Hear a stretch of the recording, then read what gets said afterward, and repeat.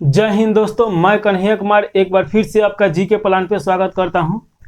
Geography chapter में आज हम लोग को पढ़ना है भारत के मृदा यानी कि मिट्टी पढ़ना है। तो आइए स्टार्ट किया जाए। तो देखिए, अगर मिट्टी का परिभाषा देखा जाए तो देखिए, पृथ्वी की ऊपरी परत जो पौधे की वृद्धि के लिए प्राकृतिक स्रोत के रूप में पोषक तत्व, जल एवं अन्य खनिज उपलब्ध कराता है, उसी को बोला जाता है मिट्टी। अब यहाँ पे देखिएगा कि मिट्टी के संगठन में कौन कौन अम्ल या क्षार या कौन सा पदार्थ, कौन सा खनिज शामिल होता है। तो उसके प्रतिशत के आधार पे देखा जाए तो देखिए, खनिज पदार्थ इसमें लगभग 40 से 50% रहते हैं लोग। वहीं पे अगर देखा जाए कि मृदा जल, मतलब कि मृदा में जो जल का उपस्थिति होता है तो वो होता है 25%। वहीं पे बात किया जाए मृदा में वायु का जो स्तर होता है तो वो भी होता है 25%। और बाकी जितना खनिज कार्बन पदार्थ रहता है वो सब इसमें रहता है 5 से 10%। इसमें ह्यूमस आ जाएगा, कार्बनिक पदार्थ आ जाएगा, और भी जितना पदार्थ है सभी मिला के इसमें 5 से 10% रहता है। उसके अलावा मृदा में छोटे छोटे सूक्ष्म जीव रहते हैं लोग बहुत सारा, तथा मृदा अभिक्रिया में ये भाग लेते हैं लोग। यानी कि अब देखिए, केचुआ भी हो गया और सूक्ष्म जीव, बैक्टीरिया वक्टीरिया बहुत सारा होता है लोग, जो मृदा बनाने की प्रक्रिया में बहुत इंपॉर्टेंट होता है लोग। क्योंकि मृदा का निर्माण किससे होता है, तो आप देखिए पेड़ पौधा है या कोई भी वस्तु है, जब सड़ता गलता है तो उसी से मृदा बनता है। अगर मान लीजिए कि हम लोगों को फेंक दिया जाए मरने के बाद, तो हम लोग भी सड़ गल के क्या बनेंगे, मृदा ही बनेंगे। लेकिन जला देता है लोग, वहीं पे अगर देखिए पेड़ पौधा जितना रहता है सब सड़ गल के क्या बनता है, मृदा ही बनता है। तो ये मृदा बनने की प्रक्रिया में आपका सूक्ष्म जीव और अभिक्रिया ये सभी पार्ट मिलके काम करता है। तो इस प्रकार मृदा बनता है। अब बात किया जाए कि मृदा में पौधे की वृद्धि के लिए क्या जरूरत है। अगर पीएच मान के आधार पर बात किया जाए तो पीएच मान 6 से 7 होना चाहिए। पीएच मान को 3 भागों में बांटा गया है। अगर देखिएगा तो इसमें आप देखिए पीएच मान जो होता है 0 से लेके 14 तक इसका मान रहता है, जिसमें आप देखिएगा कि 7 को अगर लिया जाए तो ये उदासीन होता है, और 7 से जो कम होता है उसे अम्लीय बोला जाता है, और 7 से ज़्यादा जो होता है उसे क्षारीय बोला जाता है। तो इस प्रकार ये बटा रहता है। तो इसमें आप देखिएगा कि 6 से लेके 7 के बीच में पीएच मान होना चाहिए पेड़ पौधा के वृद्धि के लिए। पीएच का फुल फॉर्म आप जानिए रहे हैं, पावर ऑफ हाइड्रोजन। हाइड्रोजन क्या है, ये हर पदार्थ में रहता है इसका मान, तो इसीलिए पावर ऑफ हाइड्रोजन ये काम करता है। अब इसका बात किया जाए कि मृदा का परिक्षेत्रिका कई स्तरों में बटा रहता है, जिसमें आपका 4 भाग देखने को मिलता है। पहला भाग को बोला जाता है ओ, दूसरा भाग को बोला जाता है ए, तीसरा भाग को बोला जाता है बी, और चौथा भाग को बोला जाता है सी। तो ओ बी सी में बांटा रहता है। तो उसी को हम लोग को अच्छी तरीक़ा से देखना है कि इसमें क्या क्या भिन्नताएं हैं और कैसे ये निर्माण होता है। तो देखिए, सबसे पहले हम लोग को देखना है स्तर ओ। तो स्तर ओ में देखिएगा तो देखिए, जमीनी स्तर पे ह्यूमस जैविक सामग्री की प्रचुरता रहता है। यानी कि अब थोड़ा सा इस चित्र को देख लीजिए, उसके बाद पढ़ेंगे लोग तो आसानी से समझ में आ जाएगा। तो ये आपका ओ हो गया, जो आपको ये दिखाई दे रहा होगा। उसके नीचे देखिएगा कि ए आएगा, जो आप काले रंग से रंगा है। उसके नीचे देखिएगा बी, जिसमें आप देखिएगा कि नीचे छोटा छोटा खंड है, रवादार है, और ऊपर देखिए महीन परत है। और उसके नीचे आइएगा स्तर सी में, तो ये पत्थर का टुकड़ा है, बड़ा बड़ा या छोटा छोटा। तो इस प्रकार ये मृदा बटा रहता है। तो अब देखिए, ये पहला जो बढ़ रहा है, जमीन के स्तर पर ह्यूमस जैविक सामग्री की प्रचुरता होता है। तो ये जो पार्ट है ना, ये आपको दिखाई दे रहा होगा, इसी के बारे में हम लोग बात कर रहे हैं लोग। ह्यूमस क्या होता है कि कोई भी कार्बनिक पदार्थ, जैसे कि पेड़ पौधा हो गया, उसका पत्ता हो गया, या कोई जानवर हो गया, कोई भी वस्तु है, जब सड़ता गलता है तो उसको ह्यूमस बोला जाता है। और उसमें बहुत सारा प्रचुर मात्रा में विटामिन रहता है, जो खनिज के रूप में काम करता है और पेड़ पौधों की वृद्धि के लिए भी काम करता है। अब यहाँ पे बात किया जाए कि ये हो गया।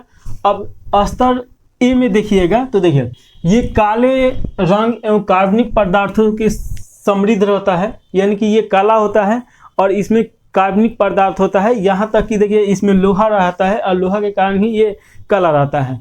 अब इस स्तर को निक्षारण का स्तर भी कहा जाता है। ये जो स्तर है निक्षालन का स्तर कहा जाता है। क्यों निक्षालन का स्तर कहा जाता है? तो देखिए, जब हम इस पे पानी डालते हैं तो ये क्या होता है कि ये तुरंत इसमें से प्रवाहित होकर यहाँ पे जाता है, और ये इसको स्पंज के जैसा, आप देखे होंगे कि साइकिल का या बाइक का जो सीट रहता है वो स्पंज रहता है, उसमें पानी डालिएगा तो धीरे धीरे उसमें रिंच के जाएगा, जितना कचरा रहता है ये ऊपर ही रह जाता है, उसके बाद इसमें जाता है। तो इसीलिए ये निक्षालन का क्षेत्र भी कहा जाता है। इसके बाद देखिए, खनिज जैविक पदार्थ की प्रचुरता होता है। अब इसमें देखिएगा कि बहुत ज़्यादा खनिज रहता है और जैविक पदार्थ रहता है। तो कोई भी पेड़ पौधा को देखिएगा ना, तो ये आपका मान लीजिए कि पेड़ हो गया, और इसके ये देखिएगा इसका तना है, तो यहाँ से देखिएगा कि इसमें जो पहिल का स्तर है इसमें पतला पतला जड़ रहता है। आप कभी पेड़ पौधा उखाड़िएगा तो उसका जड़ देखिए, ऐसे तो उखाड़ना नहीं चाहिए, लेकिन मान लीजिए कोई फसल है तो उसका जब उखाड़िएगा तो देखिएगा ऊपर छोटा छोटा पतला पतला जड़ होता है। तो वो जो पतला पतला जड़ रहता है ये स्तर ओ में रहता है। उसके बाद देखिए कि मोटा मोटा जड़ रहता है जो कि पकड़ के रखता है, उस तना को पकड़ के रखता है, तभी पेड़ पौधा हो या पेड़ हो वो खड़ा रहता है सीधा। तो वो जितना इसमें जड़ रहता है, आप देखिएगा कि ये हरा कलर से ये जड़ ही बनाया गया है, तो ये जड़ इसमें बहुत ज़्यादा होता है। आप इसमें पढ़ लीजिए, पौधों की अधिकांश जड़ें इसी में पाई जाती हैं। तो इसी परत में सबसे ज़्यादा पौधा का जड़ पाया जाता है, जिसके कारण पौधा सीधा रहता है, अपने स्तंभ पे खड़ा रहता है। इसके नीचे जाएंगे लोग तो स्तर बी आएगा। तो स्तर बी के बारे में पढ़ लिया जाए तो देखिए, इसमें चिकनी मृदा एवं गाद रहता है। तो आप देखिएगा कि इसमें दो भाग में बटा है। तो ये ऊपर का क्या हो गया, चिकनी मृदा हो गया, और ये जो देखिएगा बूंदा बूंदा में है ये गाद है। गाद क्या होता है कि एकदम महीन बालू की तरह, आप बालू देखे होंगे तो बालू में भी जो महीन बालू होता है उसी को गाद बोला जाता है। और ये चिकना होता है, आप कभी ना कभी इस मिट्टी को भी देखे होंगे, थोड़ा सा वाइट टाइप का होता है, ये पूरा काला और ग्रे रहता है, और ये थोड़ा सा वाइट रहता है, और इसको ऐसे चुटकी पे रखिएगा तो फिसलेगा। तो वही क्या होता है, चिकनी मिट्टी रहता है, और उसी में थोड़ा थोड़ा पत्थर टाइप का रहता है, बालू के टाइप का, तो उसी को बोला जाता है गाद। जल संचयन का ये क्षेत्र होता है, इसी में सबसे ज़्यादा जल संचय होता है। यहाँ से जब जल आता है तो उसके बाद देखिए, घुलनशील खनिज कैल्सिलाइड से मिलकर बना होता है। ये इसमें खनिज जो रहता है तो सबसे ज़्यादा खनिज इसमें रहता है, उसके बाद जो खनिज बच जाता है तो इसमें आ जाता है, और ये एल्कलाइड यानी कि पानी के साथ मिलके एक एक्लाइड बना देता है, उसी को कैल्सिलाइड बोला जाता है। तो ये एक परत बना रहता है। लोहा, एल्युमिनियम, अन्य जैविक का मिश्रण इसमें संग्रहित रहता है। इसमें देखिएगा कि लोहा और जितना और भी खनिज है वो सब का मिश्रण रहता है इसमें। तो आपसे क्वेश्चन पूछेगा कि लोहा और एल्युमिनियम और खनिजों का मिश्रण सबसे ज़्यादा मिट्टी की किस परत में पाया जाता है, तो आपका बी होगा। अब बात किया जाए सी में, तो देखिए, ऋतु क्षारीय खराब चट्टान, ये चट्टान मृदा परीक्षण के नीचे स्थिर होता है।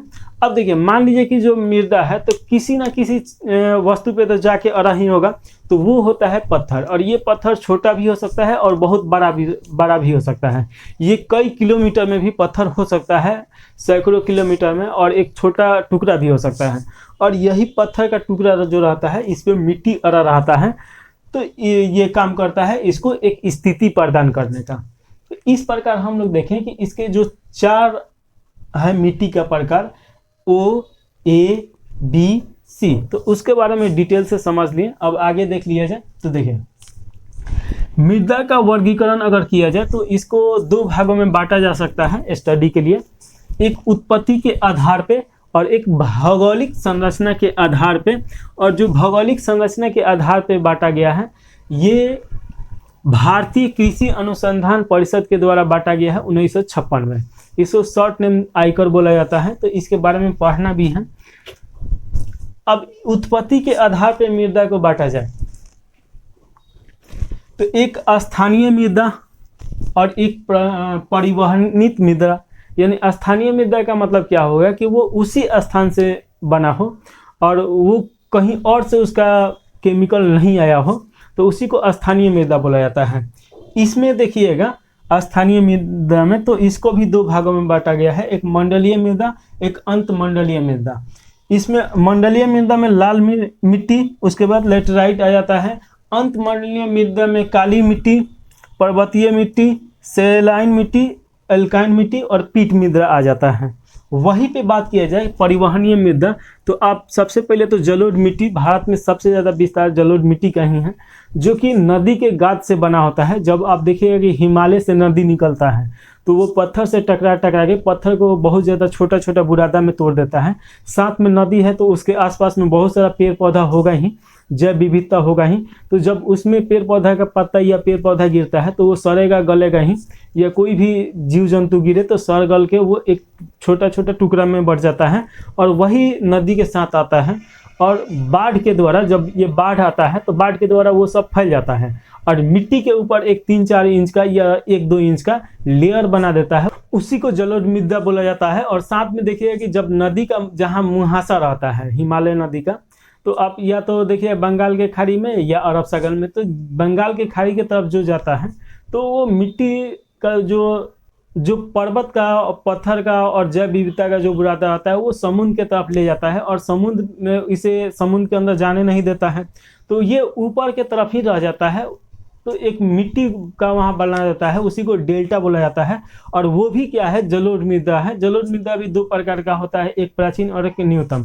तो ये जो है युवा अवस्था में बनता है डेल्टा, तो वहाँ पे सबसे अच्छा किस्म का जलोढ़ मृदा पाया जाता है। और एक मरुभू स्थलीय मृदा, यानी कि जहाँ मरुभूमि होता है। मरुभूमि भी देखिए, मरुभूमि किसे बोला जाता है, तो रेगिस्तान सिर्फ उसमें नहीं आता है, उसमें आपका जहाँ पे जैव विविधता नहीं हो पाए उसी को मरुभूमि बोला जाता है। तो इसमें ठंडा प्रदेश भी और रेगिस्तानी प्रदेश भी आ जाता है। लेकिन यहाँ पे जो बात किया जा रहा है मरुस्थलीय का, ये रेगिस्तानी मृदा की बात किया जा रहा है। वहाँ पे देखिएगा कि जो धूल कण रहता है, जो रेत रहता है, हवा के द्वारा एक स्थान से दूसरा का स्थान जाता है और वहाँ पे मिट्टी का निर्माण करता है, तो इसी को बोला जाता है परिवहनीय मृदा। तो इसमें 2 भाग में देख लिए लोग और इसमें इतना भाग में देख लिए लोग। भौगोलिक विस्तार के आधार पर अगर बात किया जाए तो इसे बृहद और अंत मंडलीय मृदा, यानी कि जो कम हो और एक बहुत ज़्यादा विस्तार हो, तो उसमें बांटा गया है।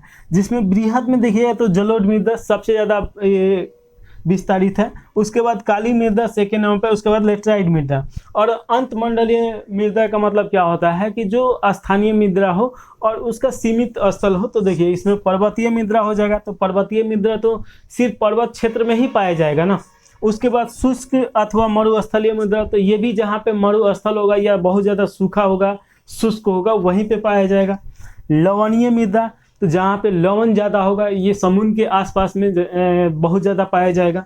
जहाँ पे बारिश होता हो और वहाँ पे क्या होता हो कि उस मिट्टी में लोह अयस्क बहुत ज़्यादा हो, तो वहाँ पे जब बारिश होगा तो वो मिट्टी टाइट हो जाता है एकदम और लाल हो जाता है, उसी को बोला जाता है पीटीए जैव मृदा। तो ये देख लिए लोग। अब हम लोग को अगला पार्ट में इस सब के बारे में डिटेल में पढ़ना है और मैप पे पढ़ा जाएगा, ताकि अच्छी तरीक़ा से समझ में आ जाए और अच्छी तरीक़ा से याद हो जाए।